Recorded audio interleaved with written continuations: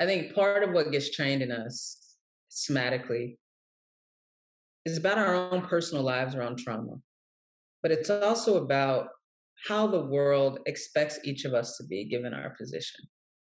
We each have habits, ways of being that are cultural, and some of what is cultural to us has to do with power and maintaining power. Some of the ways that we are with each other, some of the ways that we move, some of the ways we interact with each other have something to do with maintaining, if not power, stasis, maintaining things as they are. And so whenever we come into space together with all of this true, there's so much to hold. It goes back to that point around practice. Ask of us is to be practicing different things, not behaving in the kind of rote or expected or easy ways with one another, but to try new things in new contexts and be willing to be wrong and mess up. And to create, I think, a culture or a space where it is okay to mess up, but it is not okay to stay in the same place as you mess up. It's not okay.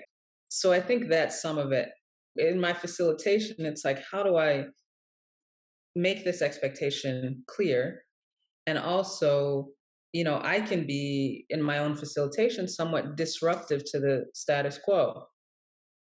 I was telling somebody recently, I will interrupt people or I will ask a question that says, when was the last time you listened to somebody else in this group? Because some of us can get so used to being heard, Right. or maybe we spend a lifetime being heard or being listened to. And our listening skills are not on par with our skills of expressing how we feel. Some of that has to do with training, some of it has to do with how the world trains men, or how the world trains white people, or how the world trains people with money, or whatever the context. It's like you are valued and therefore your voice is valued, and so other people can get trained out of talking or into hesitation. So it's like encouraging people out of that and also encouraging people to up their listening. That is a skill. It's a Mm. deep skill. So yeah, just try to be a loving troublemaker. This is Lynn Fraser with the Radical Recovery Summit.